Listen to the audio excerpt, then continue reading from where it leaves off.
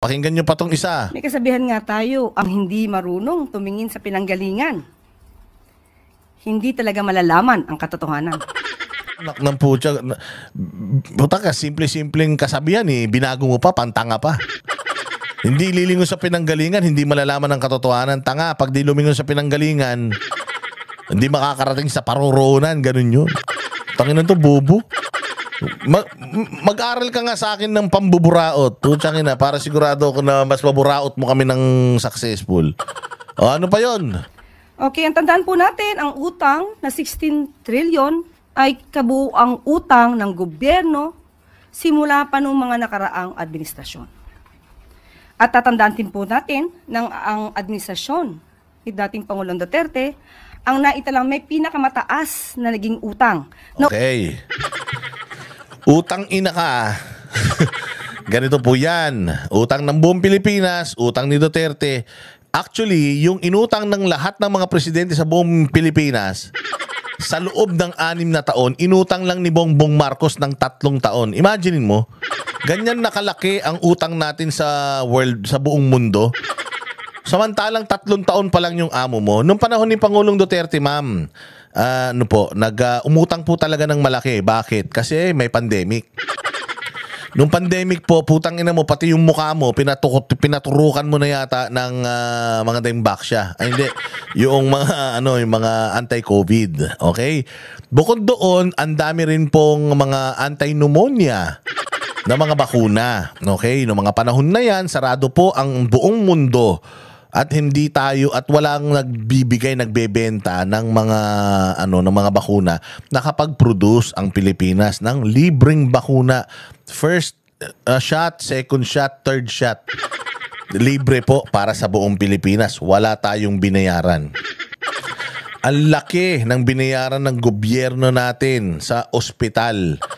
Sa PhilHealth, Universal Healthcare, yung PhilHealth ng mga Pilipino kahit hindi miyembro na COVID ka, nagbabayad ang gobyerno natin ng part natin sa ospital ng mga Pilipino na COVID. Ang daming namatay na Pilipino, binigyan ng gobyerno ng mga tulong. Excuse me po. O mga nurse, yung mga nurses, yung mga nurse na na expose sa COVID, binigyan ng bonus ng gobyerno natin. Dami niyan. COVID pa lang yan.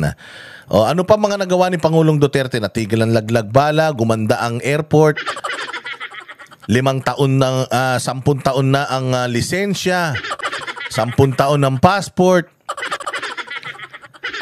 Lahat, ang dami natin. Ang daming build projects. Skyway Stage 3 from 13%. Natapos niya 100%. Ang expressway, lalo na dyan sa norte, hanggang Rosales, Pangasinan na. Ay, Rosario, La Union. Hanggang Rosario, La Union na. Yung T-Plex. And so on and so forth. Ang daming mga proyekto ni Pangulong Duterte sa Pilipinas.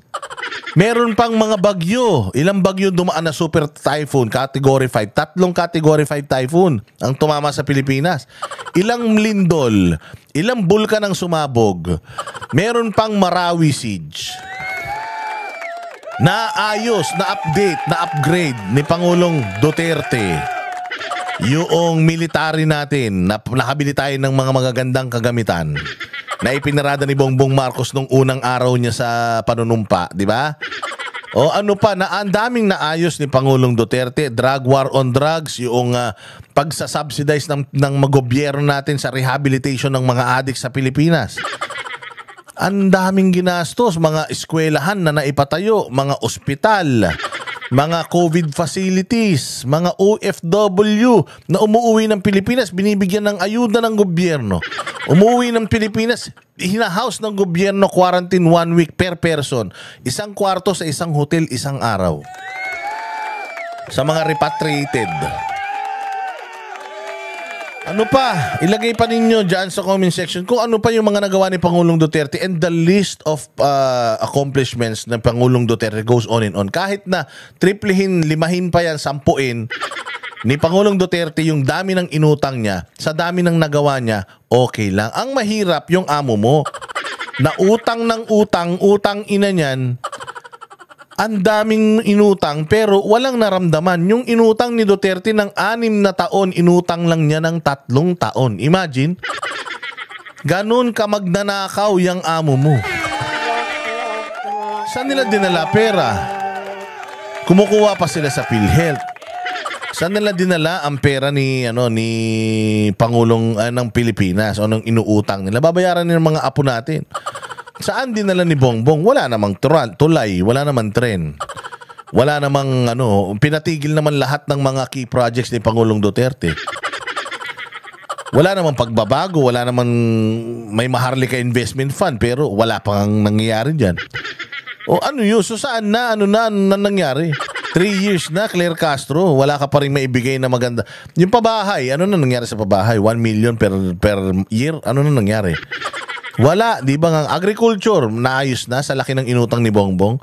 Yung panahon ni Pangulong Duterte, lahat ng sektor umayos. Hindi perpekto, pero umayos. Kulang talaga yung 6 na taon eh. Itong amo mo, 3 years. Putang na, sabi ko kasi yung binild ni Pangulong Duterte ng 6 na taon, sinira lang ni Bongbong Marcos ng 3 taon eh. Oh, yun ang nakakahiya. Umabot ng 12.79 trillion as of June 2022. Hindi ba niya po nakikita ang dulot na naibibigay, tulong ng Bukas Centers, ang paglaki ng PhilHealth coverage, ang murang bigas, ang Matakin mo, ito yung mga ipinapangako niya. Ito daw yung sa inutang ni Bongbong. Sa 3 taon na inutang ni Bongbong na mas marami pa sa inutang ni Duterte ng 6 na taon. Ito yung pinagmamalaki niya. Bukas Centers, coverage ng PhilHealth, 3-in-1 plus 1 sa MRT, bigas na mura, at saka kung ano-ano pa daw. 3 years, yan, wala kang wala. Sabi ko nga sa'yo, si Pangulong Duterte, doon pa lang 5 years, 10 years na yung lisensya.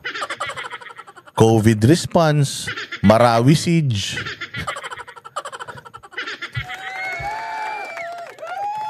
Disaster response. Wala nang laglag bala, build project. Universal healthcare law, libre na yung tuition fee ng mga estudyante.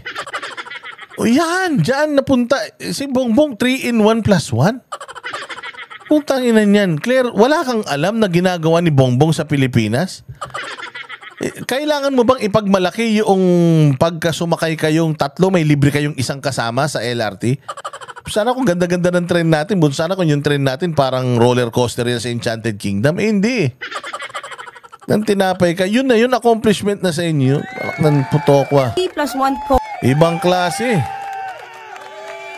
Ay, nako. Anyways, so yan ang ating mga napiling reaksyonan ngayong araw na ito. Maraming salamat mga bossing sa inyong panunood. Mabuhay kayo. God bless us all and God bless the Philippines. Konti na lang, 3 years na lang, mawawala na tong mga hinayupak na to sa bayan. Baka sakali umalwan. Sabi ko nga sira ang Pilipinas pag iniwanan ng mga ito. Oo, for the next 3 years, warak ang Pilipinas, kawawa yung susunod na presidente. Kung sino man yung susunod na presidente, kailangan ng tulong ng bawat isang Pilipino para ma-rebuild ulit natin yung Pilipinas na sinisira ng mga buwaka ng inanto. Salamat po, mabuhay kayo. Kita-kita tayo ulit sa susunod na vlog. Ang boses ng masa, hindi natatakot. Katotohanan lang, di kami nalulunod. Walang bahid ng sismis, lahat ay totoo. Kahit sino ka pa, pag mali ka babanatan ka. Walang pinipili kulay, wala kaming kinikilingan. Basta para sa bayan, kami lalaban. Pag tama palakpakan, pag mali banatan. Di matitinag, di matatakot, para sa bayan tuloy ang sigaw. Sa harap ng kamera, walang halong takot. Mga baluktot, lahat kayo'y tutumba.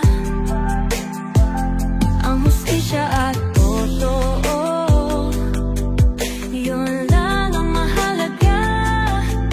Kahit sinong harang, di kami matitinag. Walang Pilipinas